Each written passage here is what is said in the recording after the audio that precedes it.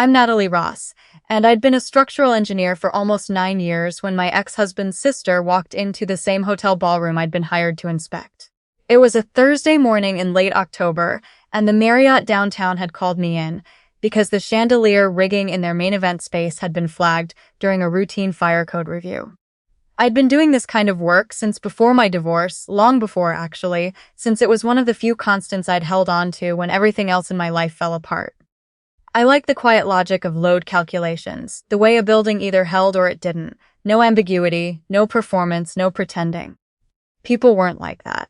Buildings were honest.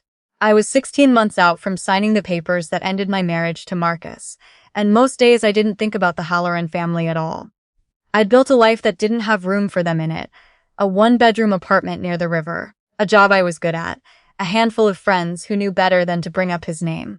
So when I turned the corner near the loading dock entrance and saw Whitney standing there in a cream-colored blazer, clipboard in hand, talking to a catering manager like she owned the building, my first instinct was to simply turn around and pretend I hadn't seen her.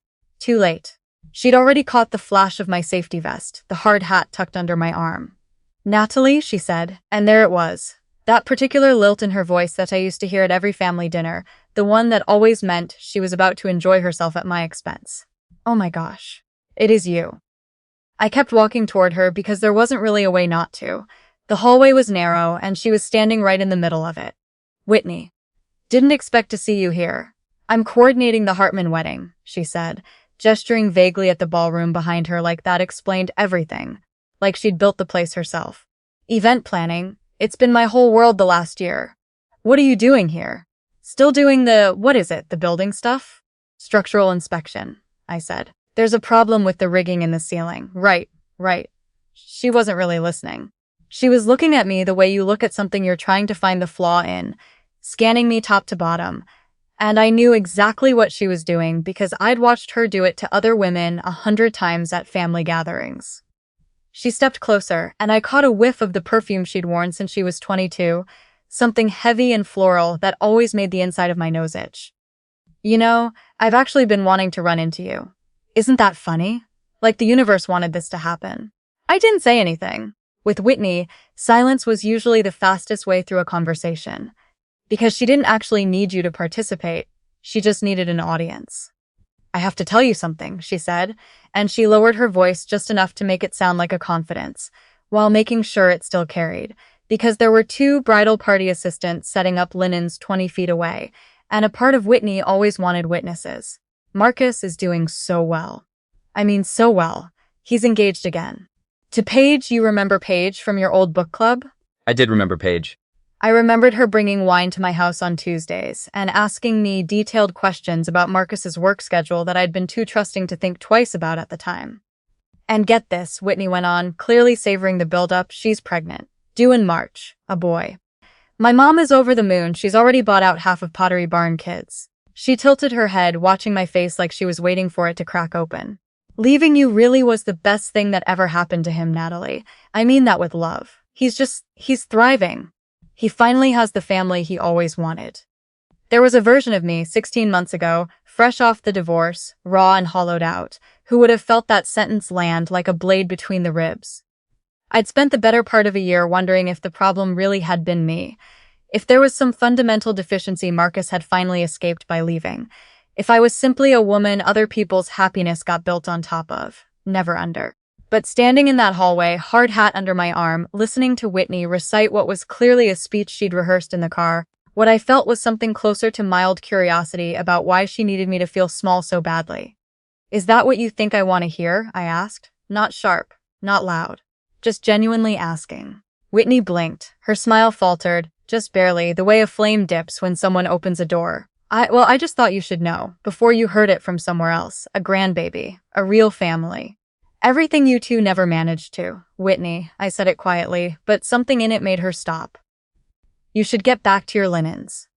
She opened her mouth again, clearly unwilling to let the moment end without extracting some visible reaction from me. But that was when the side door near the kitchen swung open, and a man walked through it in a gray suit that had clearly never seen a construction site, carrying himself like he was used to rooms quieting down when he entered them. He scanned the hallway, found me, and something shifted in his face, something warm and unguarded that had nothing to do with the chandelier inspection. "There you are," he said, crossing the distance in a few unhurried strides. "Sorry, that call ran long." Whitney's head turned toward him so fast I heard the click of her earring against her collar. I watched the recognition hit her, watched her go very still, the kind of stillness that comes right before someone remembers a name they didn't expect to need. "Daniel," she said, and her voice had lost its rehearsed sweetness entirely. "Daniel Voss, Whitney." He nodded at her politely, the kind of polite that comes from familiarity, not warmth. "Didn't expect to run into you here." "You two," Whitney said slowly, looking between us. "Know each other?" "We're getting married in June," I said. I watched the sentence land on her the way a stone lands on still water, the ripples moving outward in slow motion. She was trying to reconcile the picture she'd built of me, divorced, alone, presumably pathetic, with the man standing beside me now, his hand finding the small of my back like it had done that 1,000 times before, because it had. But that wasn't the part that drained the color from her face.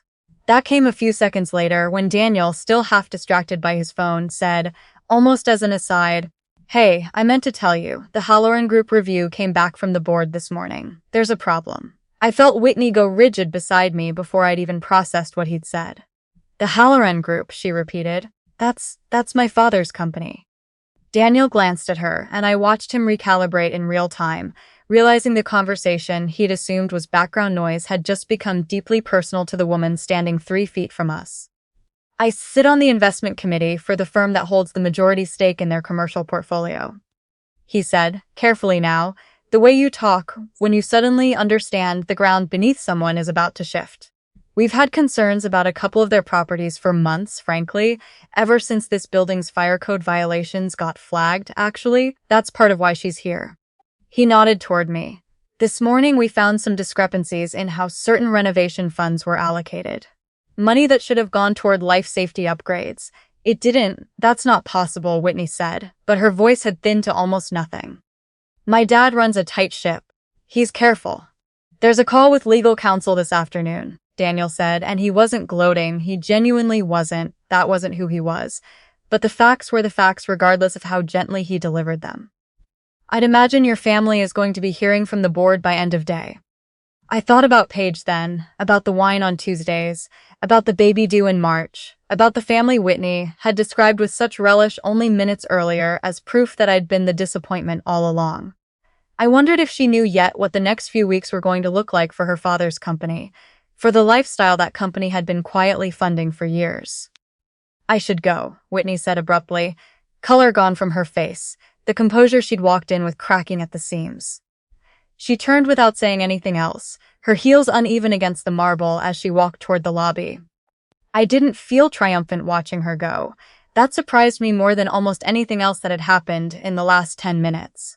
I'd spent so long, in the rawest months after the divorce, imagining what it might feel like to see someone in that family humbled, and now that it had actually happened, mostly what I felt was quiet. Settled. The kind of peace that comes from realizing you don't need someone else's downfall to feel like you've landed on solid ground. "You good?" Daniel asked, turning to face me fully, his hand finding mine. "I am," I said, and for the first time in a long while I meant it completely. A year and a half ago, I'd sat across a mediation table from Marcus, watching him sign papers that ended a marriage I'd genuinely believed would last my whole life, and I'd wondered, in the quiet weeks after, whether I'd ever feel steady on my own feet again. I hadn't expected the answer to arrive in a hotel hallway, smelling like floor wax and Whitney's perfume, delivered by a woman who'd spent 15 years treating me like the consolation prize in her brother's life. But there it was. Daniel's hand in mine, the ceiling rigging above us finally, properly secured, and underneath all of it, the steady understanding that the best comeback isn't the one you plan or rehearse in a car on the way over. It's the one that just happens, quietly, because you kept building your life with your head up, while everyone around you assumed you'd spend the rest of yours falling apart.